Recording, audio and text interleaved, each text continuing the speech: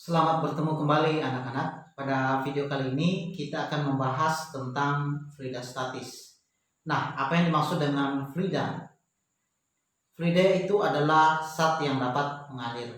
Ketika kalian di SD dan di SMP, kalian sudah belajar bahwa ada 3 wujud zat, yaitu padat, zat cair, dan gas.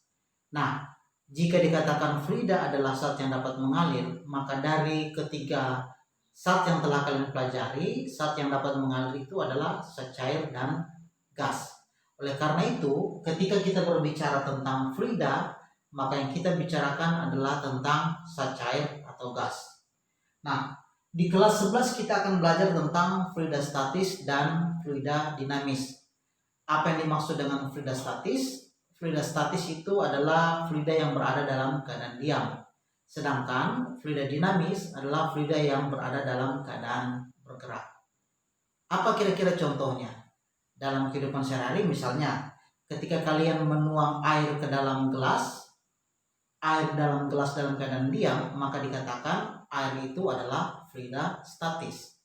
Kalau misalnya contoh fluida dinamis nantinya, misalnya ketika kalian memutar keran air dan airnya keluar mengalir, maka dikatakan air tersebut adalah contoh dari fluida dinamis. Sebelum masuk lebih jauh ke dalam materi fluida statis, kita akan mereview kembali materi tentang tekanan yang telah kalian pelajari di SMP.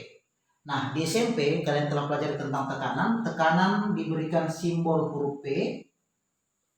Tekanan diberi simbol huruf P dan didefinisikan sebagai perbandingan antara gaya dengan luas. Dari persamaan ini kita bisa mengetahui bahwa satuan dari tekanan di dalam satuan SI yaitu Newton, ya, satuan dari gaya per meter kuadrat. Satuan dari tekanan adalah Newton per meter kuadrat. Nama lain dari Newton per meter kuadrat adalah Pascal. Atau kalau dalam penulisannya disingkat PA. Nah, masih ada beberapa lagi satuan dari tekanan yang cukup familiar, yang sangat sering dipergunakan. Yang pertama yaitu atmosfer atau disingkat dengan ATM. Satu atmosfer setara dengan 1,01 dikali 10 pangkat 5 Pascal. Nah, biasanya dalam perhitungan angka 1,01 di belakang ini itu tidak dipergunakan. Sehingga dalam perhitungan biasanya 1 ATM, 1 atmosfer ini dianggap setara dengan 1 kali 10 pangkat 5 Pascal. Selain satuan ini, yang sering juga digunakan orang adalah satuan milibar, disingkat MB, milibar. Atau ada juga yang menggunakan CMHG, sentimeter hidrogenium. Sentimeter raksa, hidrogenium itu raksa.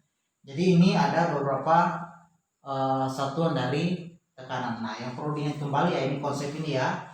Tekanan itu adalah gaya per satuan luas. Selanjutnya kita akan membahas beberapa konsep, beberapa hukum atau persamaan yang ada di dalam fluida statis. Nah, bagi kalian yang biasa pergi ke kolam renang dan biasa menyelam, ya, ketika kalian menyelam dan kalian semakin dalam yang menuju ke dasar kolam, maka semakin dalam kalian menyelam, dada kalian akan semakin terasa sesak. Ya, semakin dalam semakin sesak. Ya, begitu kita naik kembali ke permukaan, maka berangsur-angsur tekanan yang membuat dada kita sesak itu semakin berkurang. Nah, apa yang menyebabkan hal itu?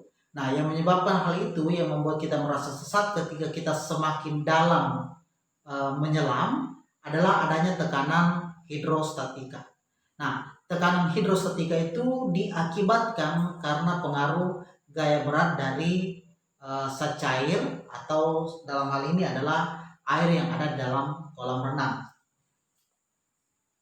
pertama kita membahas mengenai tekanan hidrostatika.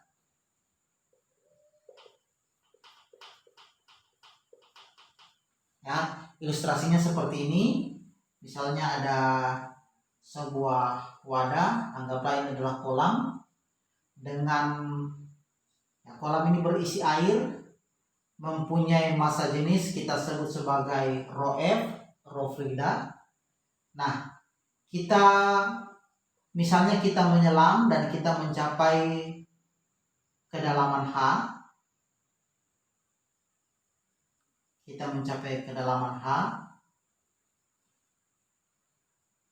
Maka besar tekanan hidrostatika yang kita alami itu memenuhi persamaan pH, simbol untuk tekanan hidrostatika. pH sama dengan rho F dikali G dikali H, di mana rho F ini adalah massa jenis fluida, G adalah percepatan gravitasi, dan H itu adalah kedalaman. Nah, perhatikan baik-baik. Kedalaman itu diukur dari permukaan menuju ke titik, menuju ke lokasi yang ditanyakan. Jadi H itu bukan diukur dari dasar, tetapi diukur dari permukaan. Nah, dari sini kita lihat semakin dalam kita menyelam, ya, dari kasus yang kita sebutkan tadi, semakin dalam kita menyelam, maka tekanan hidrostatikanya semakin besar, sehingga dada kita semakin sesak. Nah, oleh karena itu bagi tubuh manusia, ya, tubuh manusia punya daya tahan tertentu. Nah, sehingga manusia itu tidak boleh menyelam melebihi satu kedalaman tertentu. Mengapa? Karena tekanan hidrostatikanya sudah sangat besar. Nah, juga bagi penyelam-penyelam itu mereka menggunakan baju khusus yang dirancang sedemikian rupa untuk bisa membantu mengurangi besarnya tekanan hidrostatika yang dialami oleh tubuh mereka. Jadi ini adalah salah satu kejadian, ya, yang melibatkan konsep tekanan hidrostatika. Sebuah benda yang berada pada kedalaman tertentu dalam sebuah zat cair ternyata tidak hanya mengalami tekanan hidrostatika, tetapi ada juga tekanan dari udara luar. Oleh karena itu, bagi sebuah benda yang berada pada kedalaman tertentu akan mengalami tekanan mutlak sebesar tekanan udara luar ditambah dengan tekanan hidrostatika. Jadi kalau ilustrasinya seperti ini, ya, bagian kedua, tekanan mutlak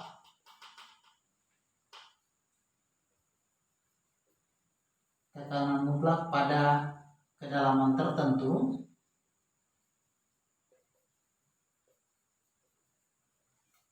ilustrasinya sama dengan yang sebelumnya. Ada sebuah wadah berisi fluida dengan massa jenis rho F. Nah, pada sebuah titik pada kedalaman H, dia mengalami tekanan hidrostatis sebesar rho F dikali G dikali H. Nah, ternyata di atas permukaan juga ada pengaruh tekanan udara luar yang kita beri simbol P0. P0 itu adalah tekanan udara luar. Nah, besarannya ini biasa setara dengan 1 atmosfer. 1 atmosfer atau setara dengan 1 kali 10 pangkat 5 Pascal. Jadi ketika sebuah benda berada pada kedalaman tertentu, dia tidak hanya mengalami tekanan hidrostatis, tetapi juga ada tekanan udara luar yang biasanya setara dengan 1 atmosfer atau 10 pangkat 5 Pascal.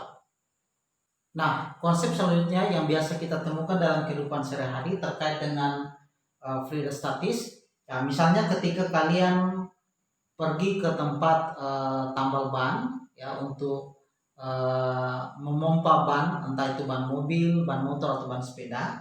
Nah, itu di sana biasanya ada alat ukur untuk melihat berapa besar tekanan udara di dalam ban.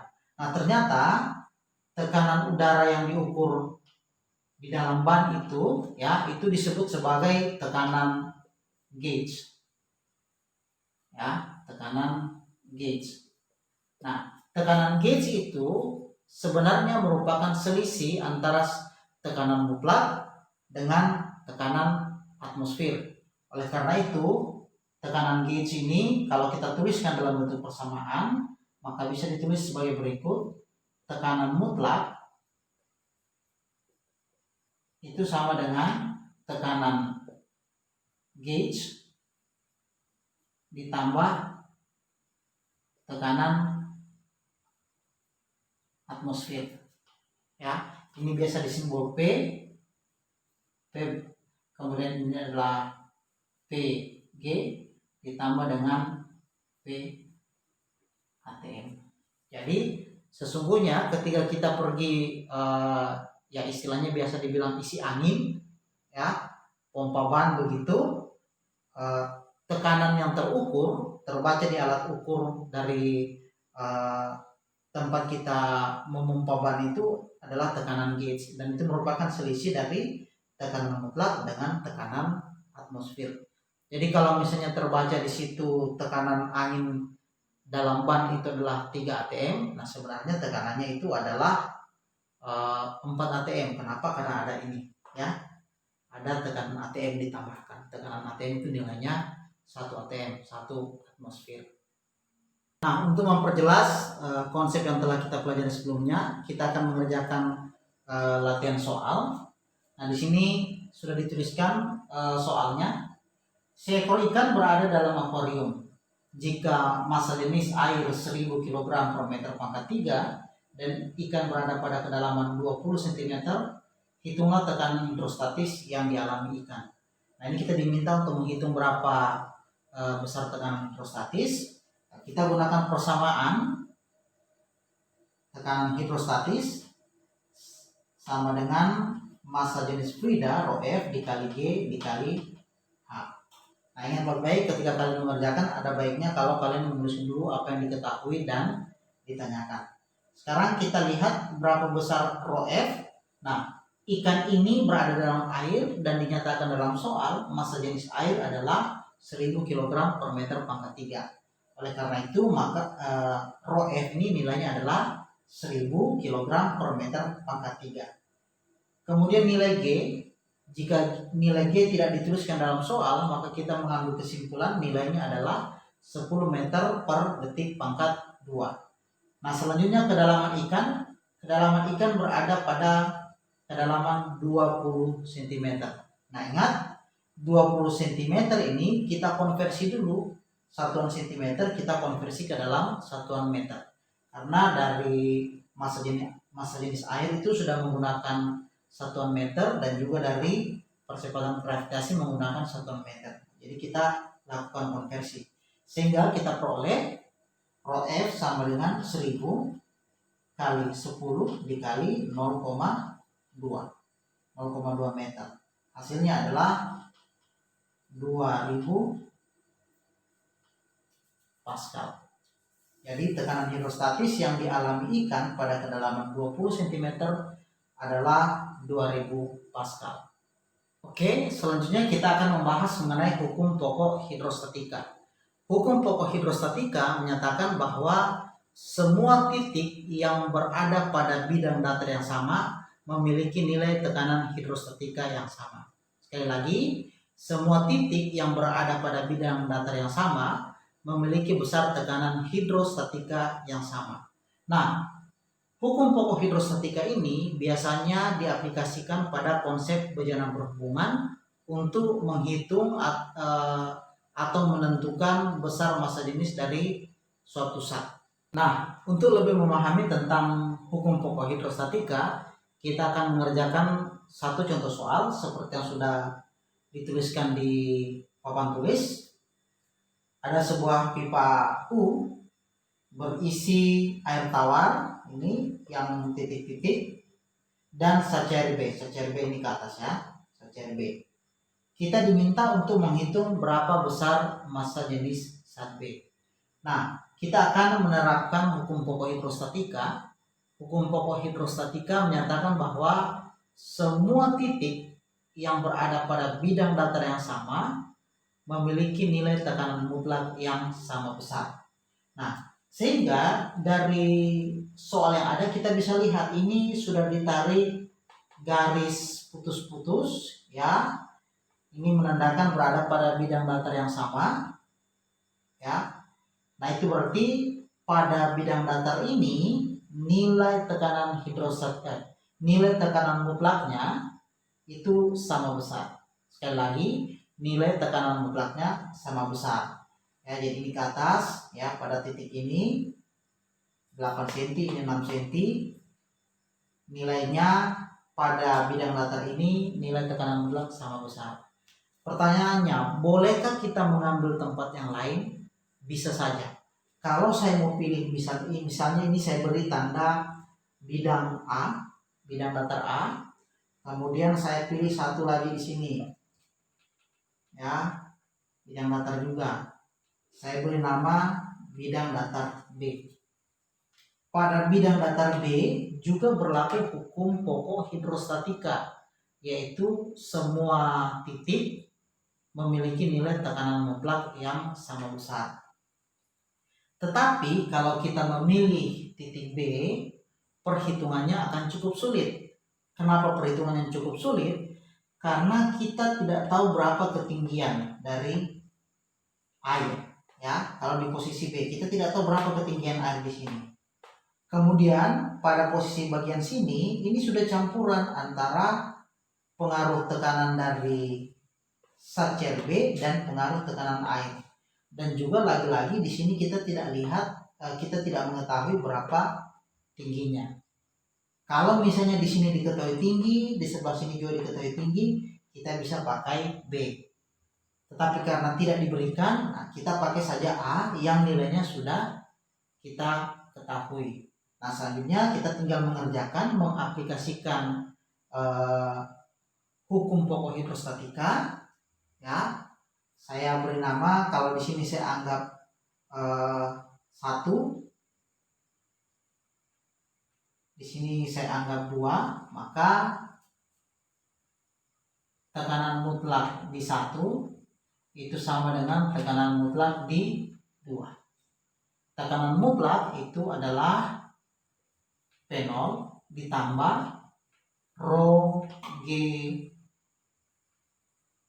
saya beri tanda rho 1 yang massa jenis fluida 1 dikali G dikali kedalaman zat 1. Ini sama dengan P0 ditambah rho 2 dikali G dikali H2. Nah, dari sini kita bisa lihat ya, P0 pas nilainya sama besar, jadi nanti akan saling meniadakan. Kita coret langsung saja. Nilai G juga sama di kedua ruas. Kedua ruas sama-sama dibagi dengan G, maka hasilnya 1, sehingga nanti tinggal rho 1 dikali H1 sama dengan rho 2 dikali dengan H2. Nah, rho 1 itu adalah massa jenis dari air, sedangkan rho 2 adalah massa jenis dari zat cair B. Nah, dari soal sudah disampaikan ini adalah massa jenis zat cair. Kalau dari soal tidak diberikan, maka kalau dia air tawar, besar massa jenisnya itu adalah 1000 kg per meter pangkat 3. Ini harus diingat ya. Massa jenis air tawar adalah 1000 kg per meter pangkat 3 atau 1 gram per centimeter pangkat 3. 1000 kg per meter pangkat 3 atau 1 gram per centimeter pangkat 3. Nah, kita lihat di sini ya. Ini sentimeter, ini juga sentimeter. Bisa saja kalian menggunakan rho-nya itu dalam satuan kilogram per meter pangkat 3, atau bisa juga tetap dalam satuan gram per centimeter pangkat 3. Nah, kita coba konsisten dengan tanda yang kita gunakan, satuan yang kita gunakan, yaitu satuan SI, maka rho-nya kita pakai rho air itu sama dengan 1000. Jadi saya perjelas dulu, ini adalah rho air dikali dengan H air itu sama dengan rho dari zat B dikali dengan kedalaman dari zat B. Ini nilainya 1000. Kemudian kedalaman air dihitung dari sini itu 6 cm, maka 6 kali 10 pangkat min 2 meter sama dengan rho B dikali ini 8 kali 10 pangkat min 2, maka rho B sama dengan ini bisa kita coret, maka rho B sama dengan 6 kali 1000 per 8. Ini kita bisa coret 3, 4, 1000 bagi 4 250 dikali 3 sama dengan 750 kg per meter pangkat 3. Jadi dengan menerapkan hukum pokok hidrostatika kita temukan bahwa besar dari massa jenis zat CFB adalah 750 kg per meter pangkat 3. Nah, selanjutnya kita akan membahas tentang hukum Pascal. Hukum Pascal berbunyi, tekanan yang diberikan kepada zat cair dalam sebuah wadah tertutup akan diteruskan ke segala arah sama besar. Salah satu penerapan hukum Pascal dalam kehidupan sehari-hari adalah pada dongkrak hidrolik. Dongkrak hidrolik digambarkan secara sederhana, bahkan sederhana, memiliki dua jenis pengisap, satu pengisap yang kecil, satu pengisap yang besar. Nah, di sini sudah digambarkan ya, modelnya seperti pipa U yang lebih kecil diberi simbol luas penampangnya diberi simbol A1, kemudian gaya yang bekerja adalah F1, penampang yang lebih besar disimbolkan luas penampangnya A2 dan gaya yang bekerja adalah F2. Dengan menerapkan hukum Pascal, yaitu tekanan diteruskan ke segala arah sama besar, maka kita bisa menuliskan tekanan di pengisap kecil P1 sama dengan tekanan di pengisap besar P2.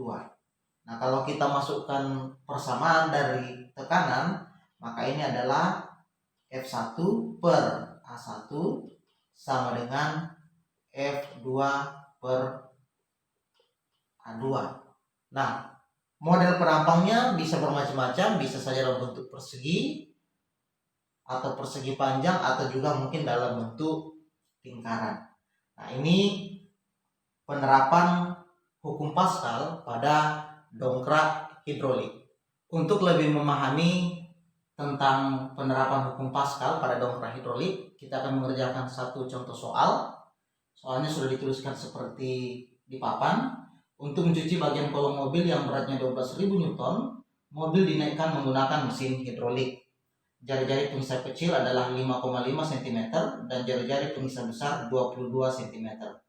Hitung gaya yang diberikan pada pengisap kecil. Nah, kita tulis dulu apa yang diketahui dari soal. Ya, yang diketahui jari-jari pengisap kecil diberi simbol R1 sama dengan 5,5 cm sama dengan 5,5 kali 10 pangkat min 2 meter. R2 sama dengan 22 cm sama dengan 22 kali 10 pangkat min 2 meter. Nah, mobil ini diletakkan di atas pengisap besar.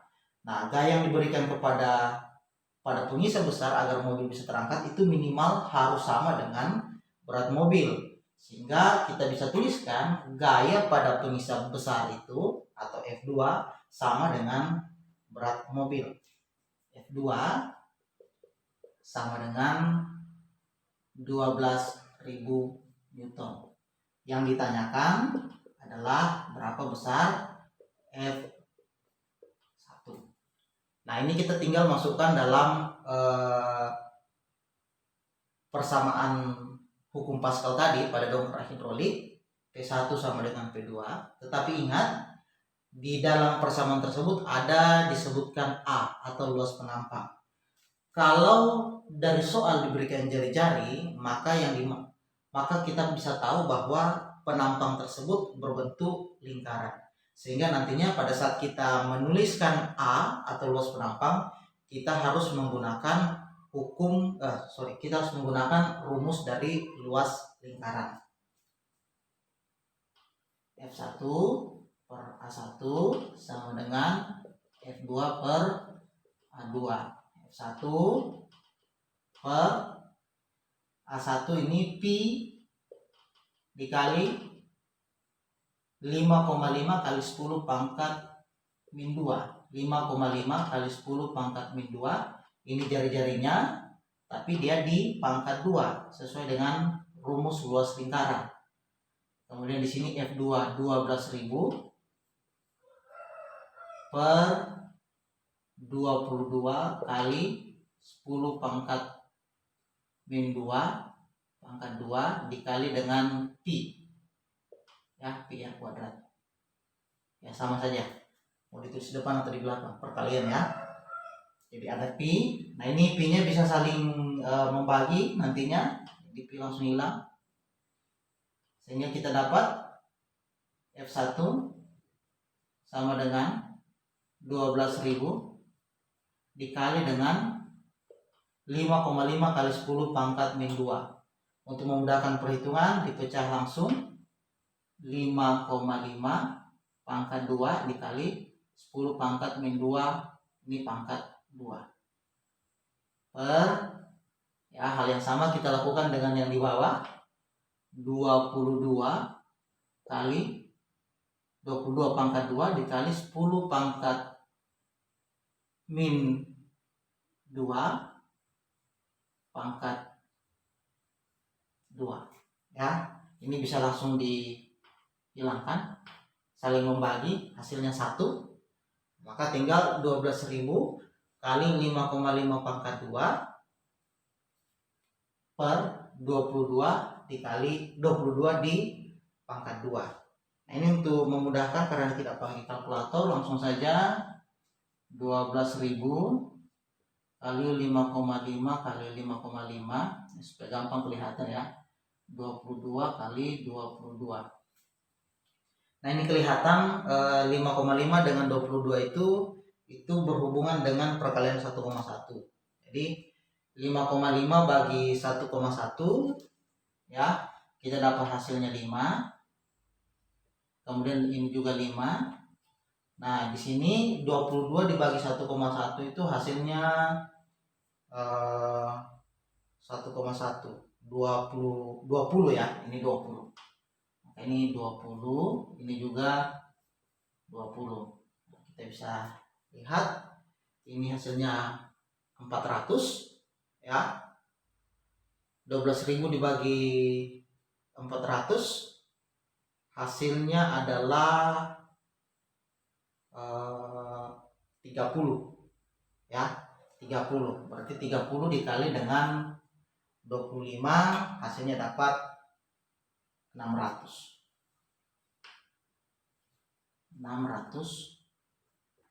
Newton. Nah, jadi dari soal kita diketahui untuk mengangkat mobil seberat 12.000 Newton dengan model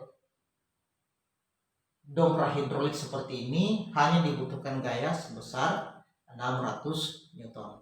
Nah, demikian video kali ini, kiranya ini bisa membantu kalian untuk memahami materi tentang fluida statis. Pada pertemuan berikutnya kita masih akan membahas tentang fluida statis.